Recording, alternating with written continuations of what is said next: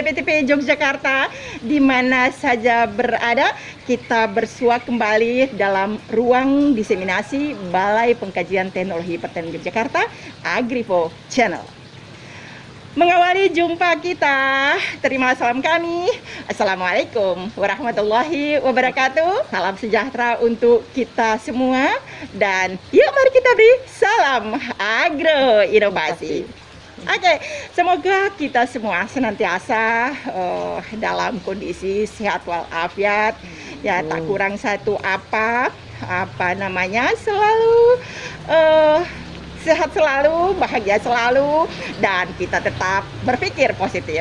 Ya, di masa pandemi COVID ini, jangan lupa untuk selalu ya memperhatikan, menjaga protokol kesehatan.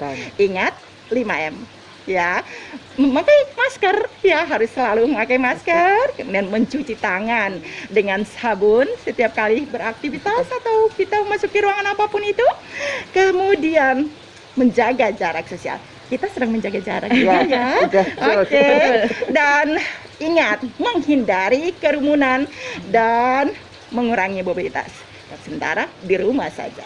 Ya, baik, suara kita kali ini masih dari Taman Agro Inovasi Balai Pengkajian Teknologi Pertanian Sowindo BPTP Yogyakarta. Kali ini kita akan membincangkan tentang bagaimana budidaya bawang merah dengan menggunakan bibit dari biji TSS. Ya, biasanya orang mengenalnya, atau True Solid Seed, biji botani. Kemudian seperti apa? Tentunya apa itu TSS ya. Kemudian mengapa harus memakai TSS?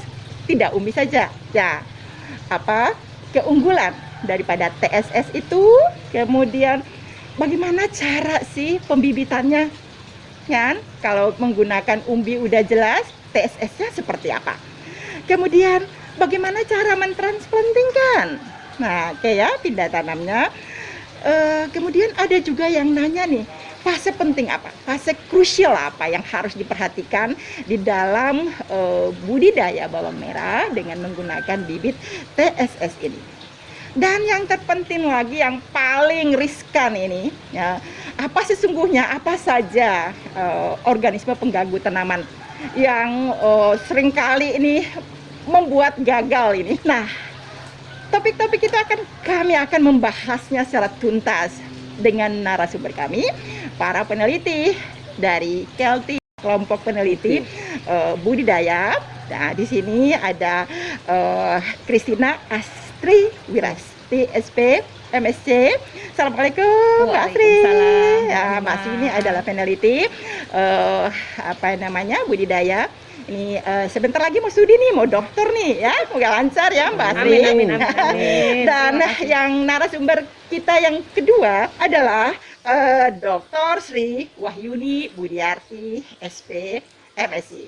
Assalamualaikum Mbak Yuni. Waalaikumsalam. Apa kabar ini? Alhamdulillah. Sehat ya. Alhamdulillah. Tetap semangat ya kita ya. Covid gini. Makanya hari ini juga kita beraktivitas di luar nih. Kena matahari nih, berjemur. Ya, berjemur ya, biar imun kita meningkat. Amin. Oke, nah kita akan menjelaskan bersama. Kita akan nanya narasumbernya. Oke, Mbak Astri, asik ini ya, lama kita tak bersua ngobrol-ngobrol seputar budidaya. Dan dijelaskan dong tadi. Sesungguhnya kemarin ya lead kaji BPTP kita udah banyak melakukan pengkajian, kemudian sudah banyak diseminasi ya kita lakukan, mulai sudah cukup lama kita mengintroduksi teknologi budidaya bawang merah dengan menggunakan bibit TSS di Pantai Selatan. Ya, saat ini sedang di Selo Parmioro, juga sedang kita diseminasikan. Dan kemarin cantik tuh di Taman Agro Inovasi kita, tumbuh begitu bagus. Bisa dijelaskan ini Mbak Astri untuk sobat BPTP Jogja, apa itu dan bagaimana itu budidaya bawang merah dengan TSS. Baik, selamat pagi sobat BPTP, semoga selalu dalam kondisi yang sehat dan ingat tetap jaga prokes. Apa itu TSS? TSS atau True Seed of Salad atau True Salad of Seed itu biasa dikenal adalah biji botani bawang merah. bagaimana cara produksi TSS. TSS diproduksi dengan persyaratan tertentu baik dari ketinggian tempat, kemudian suhu dan kelembapan tertentu sehingga dihasilkan biji yang berkualitas. Kemudian kenapa TSS perlu dikenalkan? Karena TSS ini adalah salah satu inovasi teknologi dalam budidaya bawang merah dan juga merupakan solusi dalam pertanaman atau budidaya bawang merah. Kenapa saya katakan menjadi solusi?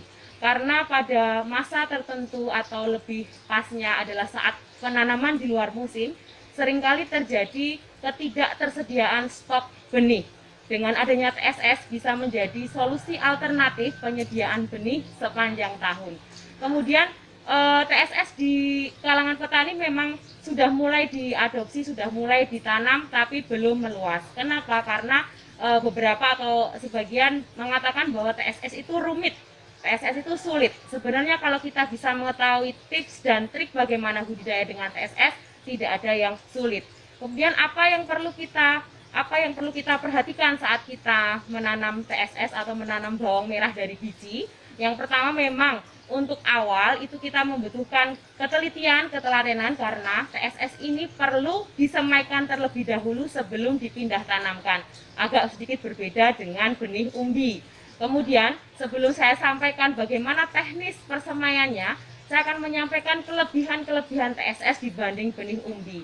Yang pertama, kelebihan dari TSS adalah dengan menggunakan benih biji tentunya kemungkinan atau peluang terkena penyakit yang terbawa benih lebih kecil bila dibandingkan dengan penggunaan benih dari umbi. Kenapa? Karena setiap kali pertanaman menggunakan TSS atau biji, itu tentunya menggunakan biji yang produksi baru bukan dari generasi sebelumnya. Kemudian yang kedua, untuk TSS kebutuhan benih per hektarnya hanya 3-5 kilo. Tentunya ini lebih sedikit bila dibandingkan dengan benih umbi yang 1-1,5 ton per hektar. Dan dari sisi biaya tentunya relatif lebih murah karena bila menggunakan benih umbi kita membutuhkan biaya kurang lebih sekitar 35-45 juta, sedangkan untuk TSS atau dengan benih biji bawang merah kita hanya membutuhkan kita akan membutuhkan biaya sekitar 15-25 juta, tentunya lebih hemat. Ini yang seringkali tidak dipahami atau belum dimengerti. Kemudian kelebihan yang ketiga adalah dari sisi penyimpanan. Benih biji bawang merah tidak membutuhkan ruang yang besar untuk menyimpan bila dibandingkan dengan benih umbi.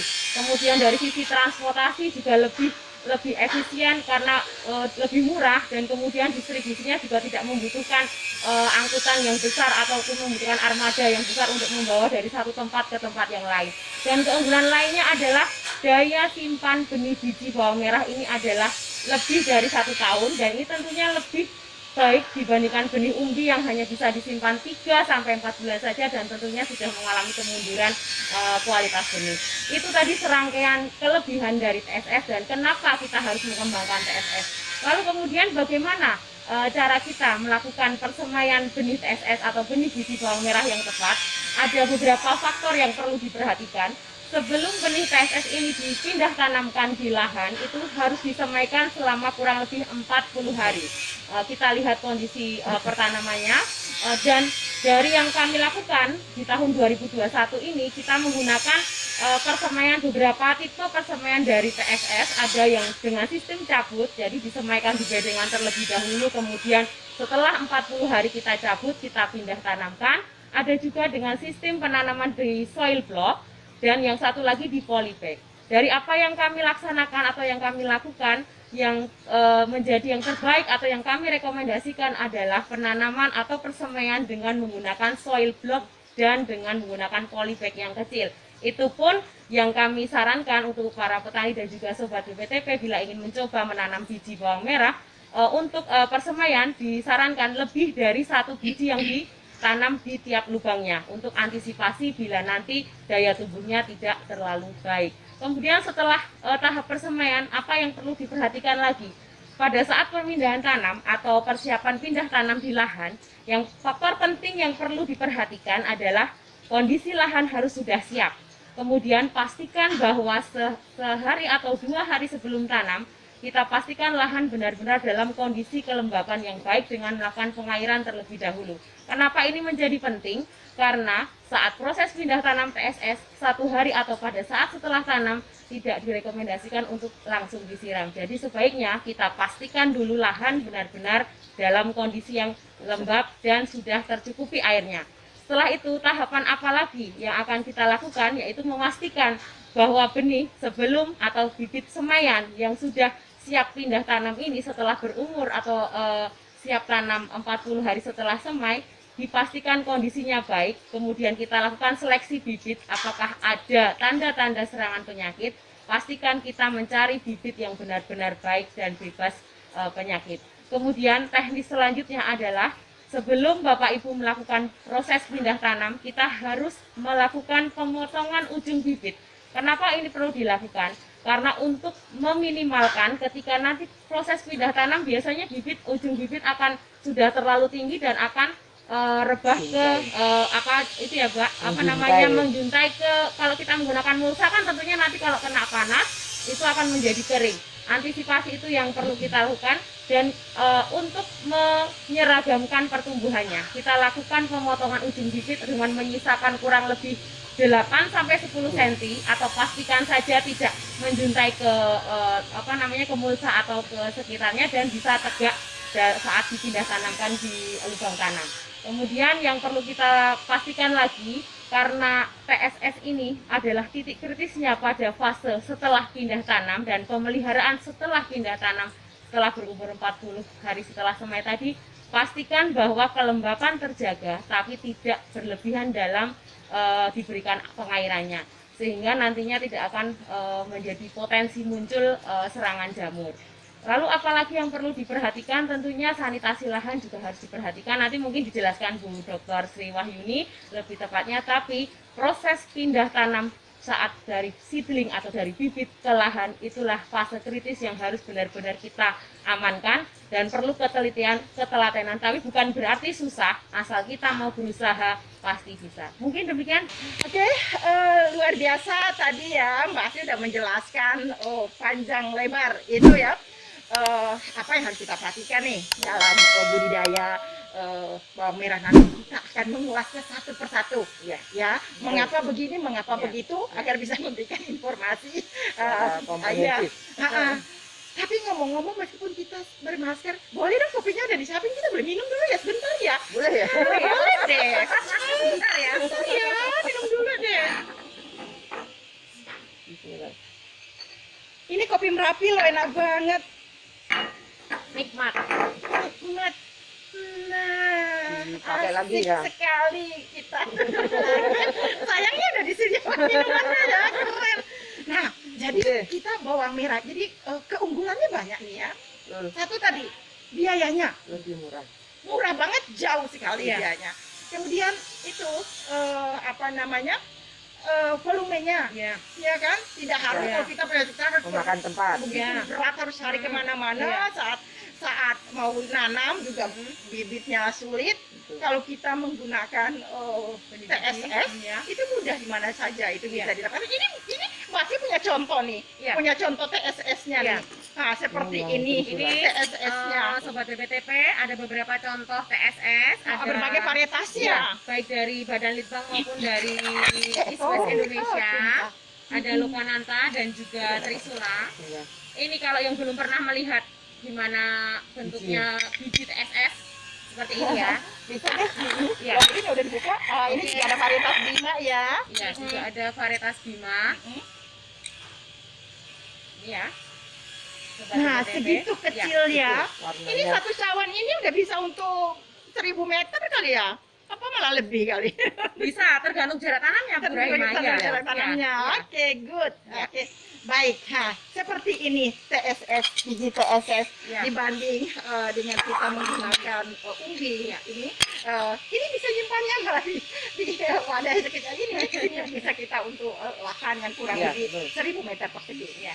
Nah, luar biasa dibanding dengan kita Ya. menggunakan umbi. Nah, ini adalah keunggulan, salah satu keunggulan. Kemudian dari aspek biaya pasti Ya. dia lebih murah. Ya. Nah, cuman terkadang seringkali kita lihat di lapang teknologi telah kita introduksi.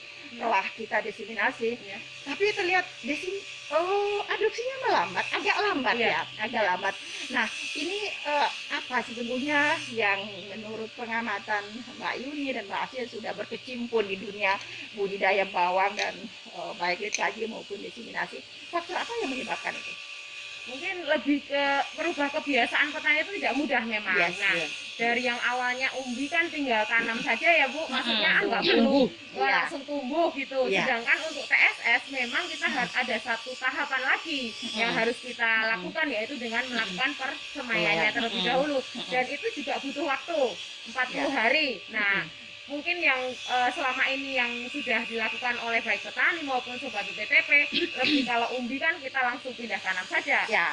meringkas tahapan yang beda dengan TSS, Ya. tapi kita harus lihat manfaat atau inovasi di lebihnya. Kenapa kita harus menggunakan TSS? Ya, poinnya Iya, memang poin untuk lebihnya. merubah perilaku Iya. itu tidak semudah Iya. membalik Butuh waktu. tangannya. Butuh waktu. Butuh Ya. waktu. Nah, BPTP Yogyakarta cukup gencar ya dalam hal ini dalam mendiseminasi teknologi TSS ini ya kepada pengguna. Meskipun dia adopsinya itu kita lihat dari aspek petani early adopternya itu Ya. memang agak lama, tapi mereka yang telah mengadopsi secara sustainable juga cukup banyak. Ya. Kita lihat di lahan pasir Iya. ya. Betul. Nah, kemudian upaya kita untuk para petani yang telah mengadopsi secara sustainable ini, bagaimana kita meng-approach mereka aja Iya, untuk bagaimana Iya. mereka berupaya ya untuk bisa mendifusikan teknologi itu Iya. di sekitar lingkungan mereka. Nah, pasti yang paling riskan itu kan ya. Tapi sesungguhnya ada juga loh, Mbak Yuni, Mbak Afri, ada yang sudah menjual ya, yang Betul, membuat betul, ya, ada ada. menjual bibit itu Iya, membuat mulai. kecil. Nah, Iya. sesungguhnya tidak susah. Kalau misalnya petani yang Lebih. cukup merasa ribet Iya. kita mau seedling, sesungguhnya sudah ada yang Sudah menjual di tersedia. Bantul ada ya. Ada di Bantul. Ada menjual. Di Sleman juga ada ada. Juga Iya. ada, Iya. ya. Jadi bagi para petani yang hendak menanam ini juga sesungguhnya seedling bibitnya juga ada yang Sudah jual tersedia di dan pasaran, iya. harganya juga relatif Memudahkan. terjangkau, Iya. ya. Oke, itu. Tapi kita berharap bahwa kalau misalnya untuk anak muda nih, para milenial nih, ini ada tantangan ya, Iya, tantangan betul. untuk memasuki Iya. dunia pertanian Iya. yang high teknologi ini. Iya. Bagaimana supaya kita itu menjadi ladang bisnis juga, Betul. ya, untuk bisa menanam Iya. diri. Iya. Nah, kita kembali lagi para petani yang masih low adopsi, Iya. gitu ya, upaya kita untuk bagaimana adopsi ini kita tingkatkan. Nah, kita hendak memberikan informasi bahwa ini nggak susu loh ya, kita Iya, menanam bawang merah dengan ini. Tadi tahapan Bu Asri sudah menjelaskan bahwa tadi permasalahan pada Persemaian. menyiapkan Persemaian. Iya. pembibitannya, Iya, ya, pembibitannya. pesemaiannya, Iya. pesemaiannya. Tadi bisa diulangi lagi Mbak Asri apa langkah ringkasnya itu Oke. untuk pesemaiannya? Baik. Untuk tahapan persemaian TSS, Sobat BTP, kita siapkan ada 3 alternatif persemaian yang bisa dipilih. Yang pertama tadi bila lahannya luas, kita gunakan saja dengan sistem bedeng yang membuat alur. Nah, itu biasanya persemaiannya butuh kalau kita misalkan tanam 1000 meter, kita harus menyemaikan kurang lebih 1/10 dari luasan. Nah, itu 100 meter. 100 meter ya. Nah, Oke. Kemudian medianya bagaimana? Medianya pilih yang porus. Kaitannya karena nanti kalau disemai di bedengan, kita harus melakukan pencabutan ya. Oke. Jadi Jadi pakai sekam ya, sekam yang dominan ya. Bisa sekam, bisa dengan ditambahkan juga kokopit atau Oke. apa yang halus pasir juga bisa Bu. Oke. Itu bisa ditambahkan untuk memudahkan saat nanti Saat pencabutan ya, pindah tanam ya, Nah, itu akhirnya tidak kemudian rusak. yang sistem bedengan. Kemudian yang sistem soil block yang kami alami saat melakukan pengkajian produksi Soil blocknya seperti benih. apa sih? Soil block itu di Bantul sudah ada Bu.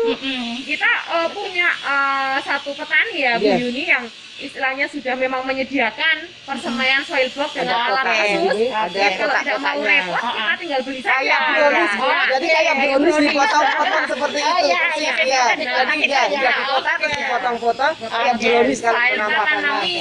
Ya. Tapi yang kami rekomendasikan ditanaminya lebih dari 1 biji, kalau bisa 2 atau 3. Jadi 2 atau 3 Jadi ya. jangan cuma 1 aja. Nah, Satu jinpit gini. yang perlu Sobat BPTP perhatikan, karena biji TSS itu hitam, sebaiknya sebelum kita lakukan persemaian, kita beri perlakuan benih dengan fungisida. Yang berwarna. Nah, kenapa? Yang berwarna putih atau pink, biar memudahkan, biar tahu Bu ini sudah disemai atau Oke, belum. Nah, ya multifungsi ya. Tadi betul. kita udah memberikan Nah, iya. apa namanya Seperti itu. penangkal hamanya Iya, sekaligus untuk iya. melihat Biar- berapa nih butir yang udah. Nah, takutnya Biar banyak tidak anak kecil. digodol misalnya semut Iya. atau apa seperti itu Nah, juga. Nah itu Itu. penting. Nah, ya. kemudian dengan polybag sistemnya sama. Hanya saja kalau selama Oke. ini kan sistem lontong itu ya Bu, yang Ya.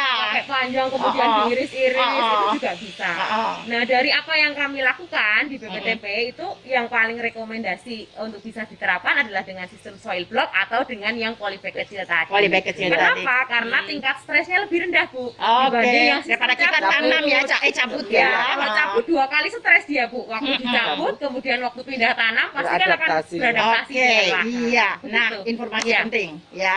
Apa namanya? Tadi mau buat benihnya itu Iya. dengan soil block Ya. dan sistem polybag Polybag, tadi ya, polybag. mini polybag. Iya. Nah, sehingga saat kita pindahkan itu tanaman tidak stres. Mudah sesungguhnya. Yuk kita coba nanti. Iya. Itu Asal tadi. mau pasti Persemaian bisa. sudah bisa beli juga sekarang Iya. kan memudahkan para petani. gitu. Eranya penuh Iya, kemudahan sekarang. betul. Tidak usah Penuh bersusah-susah. kemudahan. Jadi ini sesungguhnya juga bisa menjadi ladang bisnis untuk para Betul, milenial. iya. Ya, kita Iya. mengajak para milenial ya untuk berbisnis apa pembibitan bawang Seedling. merah Iya. dengan menggunakan bibit TSS ya, bibit biji. Iya. Nah, ini tadi berarti apa namanya kita udah bicara tadi fase-fase krusial yang harus diperhatikan Iya. tadi, menghindari stres. Iya. Berarti solusinya dengan menggunakan pembibitan soil block tadi atau Mini eh, polybag. mini Polybag. polybag. Iya. Nah, kemudian Mbak Yuni hama kilo OPT nih. OPT ya. Karena Paling ditakuti apa yang marah? bertanam berambang harus siap. OPT. Nah, bawang ini gampang-gampang susah. Iya. Tapi banyak gampangnya lah ya. Iya, nanti Itu yang kalau- banyak gampang. Ini OPT nih. OPT-nya itu apa saja? saja?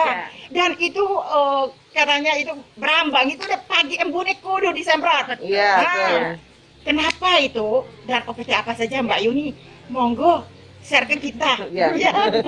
Baik, Bu Nan, terima kasih. Salam sehat untuk sobat BPTP semua. Ya. Terkait dengan tadi ya, bawang merah itu memang selama kita membudidayakan bawang merah itu tidak bisa lepas memang dari serangan OPT, organisme pengganggu tanaman. Baik itu adalah hama maupun patogen. Iya, Jadi oke. patogennya nanti bisa virus, jamur, bakteri seperti Oke. itu. Iya, jadi selama kita berbudidaya tanaman bawang merah itu kan umurnya itu sekitar panen 60 hari ya, 8 minggu.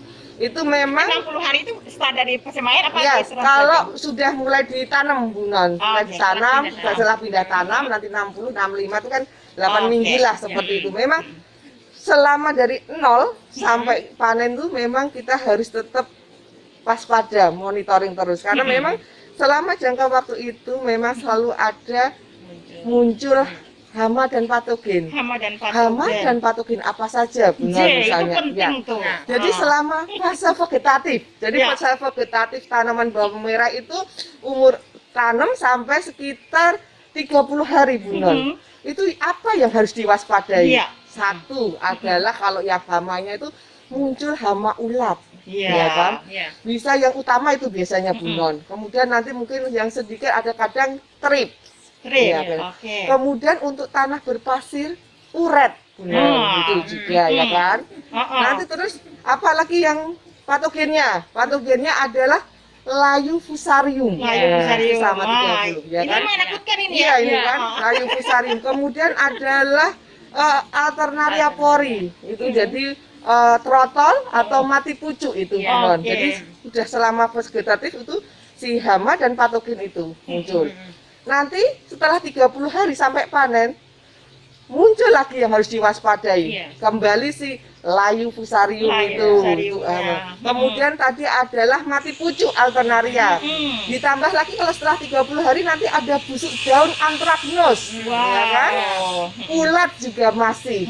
Jadi kalau kita lihat selama fase itu selalu ada. Oke. Nah, Tidak pernah, berarti kan tidak pernah lepas, harus ya kan? kenal ini ya. Iya, jadi kita harus selalu melakukan monitoring, Monitoring. dan untuk mengidentifikasi OPT yang menyerang dengan identifikasi yang tepat, hama atau patogennya apa, itu nanti akan rekomendasi pengendalian yang tepat. Yang tepat. Itu Bu Oke, Non. nah. Ya. Kemudian kita share lagi nih. Ya. Menarik ya. Kita dapat ilmu banyak loh hari ini nih ya. Kita kan tanya nih Mbak Yuni nih, tadi banyak tuh. Ya. Ada hama, ada patogen.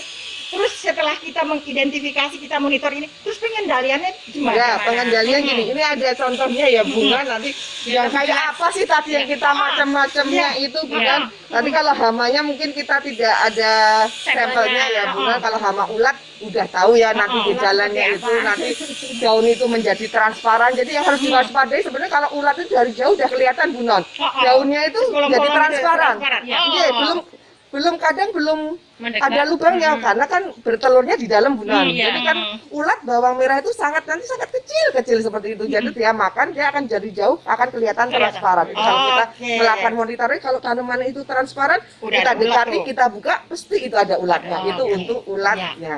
Kemudian tadi yang saya sampaikan ada si layu fusarium, Ya. ya kan? Yang layu fusarium ini gejalanya Patogennya apa ini ini bahasa penyakit moler.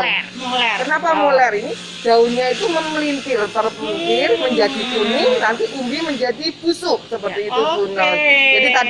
Jadi kalau indikasinya gini, perbedaan dari tanam umbi dan dari biji tadi Bu Non. Kalau penyakit moler ini munculnya antara setelah tanam sampai sekitar 14 hari, itu biasanya adalah jamurnya itu terbawa dari umbi. Atau benihnya. Tapi kalau nanti munculnya itu setelah berumur 30 hari, itu berarti munculnya itu karena ada inokulum di lahan seperti itu. Berarti tadi kan kita menggunakan TSS berarti Ya. saat kita Itu malah transplanting meminimalkan ya, sangat meminimalkan. Jadi kalau dengan biji itu kan biasanya tadi tadi itu biji disampaikan ya. ya. Kalau Oh, dari iya, biji iya. tadi sebenarnya selalu baru tambah lagi keuntungannya dari biji kan, dari biji itu lebih akan tahan. tahan terhadap Iya, hama karena kan ya. tahan kan, jadi akan lebih tahan dari layu fusarium Oke. seperti itu daripada umbi, karena memang ini kan terbawa tanah. Jadi kalau dengan umbi kan masih ada serpihan tanah sisa itu yang menempel memang ya, akan ya. menjadi Oke. sumber inokulum Oke. seperti itu. Kemudian tadi ada apa lagi? mati Pucuk, mati pucuk mati ini pucuk. alternaria pori ini Bu. Jadi Oke. ada ujung menguning, nanti terus kemudian Ini ada juga jamur juga ya, Bu? ya jamur, Ini ya? jamur. Kemudian nanti ada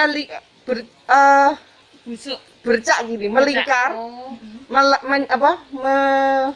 cekung ya Bu Non. Nah, dia Nanti akan tengah-tengah, berwarna tengah-tengah ungu, ada daunnya ya, kayak ya. lingkaran konsentrisnya itu seperti itu namanya, maka disebut sering bercak ungu seperti alternaria Ini dia pori. selalu posisinya dia ambilnya di tengah batang daun. Iya, ini, biasanya di bisa daun gitu. ini ya, di sini Kadang ya? bisa juga di ujung Ujung. bunga Oke. kalau alternaria pori seperti itu. Oke. Tapi nanti akan berbeda lagi. Tadi kalau ini ada agak berwarna ungu ya, kemudian mati pucuk seperti ini alternaria. Beda lagi nanti yang namanya anthracnose ya Bu Non. Anthracnose itu nanti bercaknya diawali putih seperti ini. Awalnya putih. berarti Oke. tadi bedanya dengan yang tadi Iya, mungkin jadi di- kalau awalnya tadi kan sebenarnya mati pucuk, kemudian Mungkin bisa di lebih sini, mungkin Bisa bisa di sini ditaruh Mbak biar Yuni. iya, Ya. mungkin ini sebenar. Tadi yang perbedaan antara alternaria ya, dengan Bisa kemudian di zoom? tadi saya lihat yang lebih nih. Kalau yang alternaria tadi kan ada agak bercaknya berwarna ungu ya, lingkaran konsentris tadi mana? Ini, Ya, ya. ini, Mm-mm. ini kan? Nanti ada Mungkin lingkaran disandingkan. seperti itu. Kemudian kalau anthracnose tuh awalnya putih dulu kayak gini Bu. Perbedaannya itu ya. Sama-sama Oke. nanti akan cekung, tapi kalau anthracnose awalnya akan putih seperti ini. Anthracnose putih. Iya, kemudian nanti kan karena melekuk ke dalam dan akhirnya nanti seperti ini. Jadi dia akan patah dan berlubang. Jadi nanti anthracnose busuk anthracnose itu kadang disebut penyakit otomatis. Kenapa otomatis? Karena tiba-tiba ada bercaknya, Bercaknya. kemudian dia blek Langsung patah, aja. jadi otomatis Patah jatuh jadi seperti jatuh itu ya. ya. Oh, Mengapa nah. disebut penyakit Penyakit otomatis seperti itulah ini? Karena udah sering sekali udah Ya, langsung ya, deh, jadi, ngaruh signifikan jadi ini sekali ya. ciri-ciri spesifik. Jadi, oh berarti kena. Kita Karena sudah bisa mengidentifikasi oke. dan ya. Untuk Nah. pengendaliannya, ya Bunda. Gimana Jadi kalau pengendalian kita tidak bisa sekonyong-konyong ya Bunda. Kalau Oh, oh. pengendalian kan memang pengendalian itu harus pengendalian secara PHT, pengelolaan tanaman secara terpadu. Dari awal ya, Ya, kita memang yang melakukan tidak pelakuannya dari bisa, awal ya. memang tidak ujuk-ujuk. Jadi memang dari tadi budidaya tadi Ya. sudah disampaikan, cara budidaya itu sudah merupakan cara pengendalian preventif. Jadi ada pengendalian preventif sebelum terjadi serangan dan pengendalian kuratif. Gitu. Iya. Nah, kalau preventif tadi bisa dari sisi agronomi, berbudidaya, memanipulasi Iya. lingkungan, Ya. tadi terus kemudian jarak tanamnya ya Jarak kan, tanamnya benar, kita kemudian aturkan. nanti pemupukannya Iya, yang betul. tepat, kemudian pemberian kapur waktu jarak, Iya, ya itu kan, pengolahan nah, lahan, jadi iya. memanipulasi lingkungan. Kemudian ada perlakuan tanah. Perlakuan tanah kalau pas pengolahan untuk yang kena uret misalnya itu kita kasih yang berbahan aktif kimia misalnya fipronil lahannya, atau kalau kita mempunyai pakai agen hayati kita memakai metarizium. Metarizium, Kemudian ya. kalau untuk moler kita aplikasikan misalnya trichoderma, Hmm. gliogladium, itu Iya. memang kita melakukan atau solarisasi pemanasan ya, Oke, dengan plastik solarisasi. itu. Ya, itu kan perlakuan Oke. tanah preventif. Kemudian perlakuan benih tadi, perlakuan benih tadi misalnya kalau yang dari biji tadi kita potong kan Bu Non, ada luka kan? Iya, Nah, lukaan. kita bisa celupkan Ini ke biji, jadi artinya tadi biji kan disemai dulu, disemai. dibeling, kemudian dipotong kan, Oke. kita sisakan. Nah, sebelum dipindah tanam tadi, yang sudah dipotong tadi, dibeling tadi, kita rendam sebentar ke larutan fungisida. Nah, Artinya kita mendapatkan umbi dari biji tadi Iya. ya, sebelum kita nanam lagi Iya. diberikan perlakuan itu, dipotong iya tadi kan ya. dipotong Oke. sedring. Nah, itu termasuk perlakuan untuk meminimalkan Serangan. serangan sejak awal kayak Iya. gitu. Kemudian bisa juga pengendalian fungisida itu secara preventif. Fungisida Iya. preventif. Karena Oke. seperti itu. Jadi kalau pada musim kemarau kita bisa aplikasikan 5-7 hari sekali. Iya. Tapi kalau pada musim hujan seperti ini karena curah hujan tinggi, kita aplikasikan fungisida 3-4 hari sekali, Bu Non. Ya, Frekuensi Karena lebih musim ya. penghujan itu Iya, riskan ya. riskan untuk ya, karena tanaman kan pada bawang ya. saat musim penghujan itu nanti kelembapannya tinggi, Iya. ya kan seperti itu. Jadi memang mau tidak mau, memang kita harus lakukan pengendalian preventif. Iya. Oke. Bagaimana pengendalian preventif itu selama fase tanam? Jadi baiknya gini, tadi kita berbudidaya kan secara 8 minggu lah misalnya untuk iya. panen ya. Oke. Kita aplikasikan minggu pertama sampai minggu ketiga itu kita menggunakan fungisida yang sistemik, Bu Non. Sistemik. Kenapa Nah, itu? contohnya apa itu, Mbak Yuni? Misalnya kita menggunakan pakai merek dagang boleh ya ini? Nggak apa-apa lah, ya. Biar pada tahu Nggak, ya. misalnya. Belinya nggak salah. Nggak boleh, nggak Kita boleh. tidak di endorse ya, nggak apa-apa. Ini kita sedang Ya, memberikan jadi informasi. kita menggunakan bahan aktif aja ya, Bahan mungkin aktif, yang oke sistemik deh. atau misalnya difenoconazole atau azoxystrobin itu bisa Oke. kita gunakan untuk yang sistemik selama 3 minggu. Karena apa? Jadi kalau para misalnya sobat BPTP yang hendak membeli tadi, Iya. berarti dicatat aja Carikan tuh. ya, cari Mereknya bisa macam-macam ya, merek ya. yang nanti tinggal Bahan aktifnya, bahan aktifnya, Oke. kemudian Iya. bisa juga di toko Pertanian. pertanian kan banyak yang sistemik gitu kan, nanti Ah. akan dilihat di Pokoknya. labelnya seperti itu. Jadi 1-3 minggu kita pakai Ah. yang sistemik untuk perlindungan awal, terutama perlindungan. tadi seperti disampaikan Mbak Astri itu karena kita kan sangat butuh beradaptasi ya kalau Iya. yang dari seedling Iya. itu. Iya. Jadi memang kita harus memperlakukan perawatan treatment khusus. Dengan yang sistemik itu kan akan istilahnya menguatkan gitu ya, menguatkan. Jadi akan masuk ke dalam tanaman. Iya. Nah, setelah 3 minggu sampai ini bisa kita preventif baru menggunakan fungisida yang kontak. Itu Yang rekomendasinya. tadi ya. Ya. Oke. Selain tambah lagi mungkin catatan bagi sobat tani semua, dalam penggunaan fungisida itu kita harus selalu rutin mengganti bahan aktifnya Bu Non. Tidak boleh jangan pakai menggunakan satu bahan. aja ya. Nah, berarti apa solusinya apa tuh Mbak Yuni tadi udah Misalnya kayak gitu, nanti ada kontak itu ada propinep, ada Iya, mancozeb, mancozeb. seperti ini aja harus. Dan nanti mungkin selain bahan aktif juga nanti kode pestisidanya. Iya. Jadi kadang-kadang seperti itu nanti Oke. jadinya. Nah, itu yang harus diperhatikan. Iya, oleh memang ya harus oleh dipelajari karena Sobat biar Tani dan Sobat BPTP agar semua. pengendalian tuh efektif, tepat sasaran seperti Jangan itu. menggunakan Dengan satu bahan aktif. Iya, betul. Gunakan secara bergilir. bergilir ya. Iya. Nah, jadi khawatirnya tadi malah dia resisten gitu Iya, ya. betul, Ah, ketahanan. Oke. Mungkin Jadi Bu itu Non. ada bagian dari strategi Iya. strategi Nah, kalau- dalam pengendalian OPT. Iya. Nah, itu salah Tadi satu. preventif ya Bu Non, Preventifnya nanti utama ada tadi ya. kuratif. Iya, Kalau tadi kuratif kuratif. sudah ada serangan. Jadi Oh, kalau misalnya iya. kalau misalnya serangan itu misalnya pengen melalui Tadi pemberitaan. saya potong tadi Iya. preventif tadi kita udah tetap harus mengkasih treatment yang Iya, fungisida. tadi fungisida tadi Iya, ya. bisa seperti Oke. itu. Kalau Oke. ingin menggunakan preventif, karena kalau pada musim penghujan itu berdasarkan pengalaman di lapangan dan kita tanam, ternyata untuk hortikultura apalagi bawang merah itu Betul. tidak bisa lepas dari fungisida karena hujan dan ini pagi karena sporanya kan cepat Iya. menyebar di pagi. Jadi kalau kita Oke. terlambat, jadi makanya fungsinya ada penyiraman di Iya. pagi hari itu tadi Bu Non. Kenapa Selain kok? menghilangkan itu Sudah, kan karena kan ya. pada lembab itu kan ada air di mana air hujan di permukaan Air daun nempel. ya di permukaan daun ini. Jadi kalau di sini nanti misalnya ada inokulum spora seperti ini, misalnya di sini kan hitam-hitam ini adalah spora jamur. Iya. Jadi ketika ada air hujan kemudian ini lembab banyak air nempel, ketika nanti pagi hari pada proses fotosintesis itu kan semua apa istilahnya mulut apa stomata mulut jamur kan kemudian akan membuka mulut itu Iya. beraktivitas Semua ya ini proses akan ya. masuk ya. Iya. Nah, ketika pagi-pagi setelah biasanya petani itu subuh ya setelah Iya, subuh setelah kita subuh. siram maka air tadi akan luruh ke bawah Iya. kan tercuci. Jadi ini akan memperkecil inokulum jamur itu untuk masuk ke dalam jaringan tanaman Ketika seperti itu proses J fotosintesa seperti itu ya. Nggih. Nah, ini trik strategi yang luar biasa yang harus kita perhatikan di dalam budidaya bawang merah, Ya. apalagi dengan menggunakan benih. Jadi kalau kita mau bicara tentang budidaya sesungguhnya tidak sulit ya, mudah ya. Yang penting Iya. bagaimana kita pahami. mengenali Kita Jadi mengenali gejalanya, kita melakukan Tahu tindakan preventif intinya. dan kuratif tadi dengan baik Betul. dan benar, menggunakan insektisida atau Yang apa tahu tepat. fungisida atau tepat apa lagi jenis tepat dosis jenis, Tepat waktu. tepat waktu. dosis, tepat waktu, dan jangan menggunakan satu jenis saja. Ya. Betul. Bergilir menggunakan Betul. beberapa bahan aktif ya, Ya. beberapa bahan aktif. Baik, terima kasih. Kita cukupkan dulu ya Sama-sama, perbincangan Bulan. kita kali ini.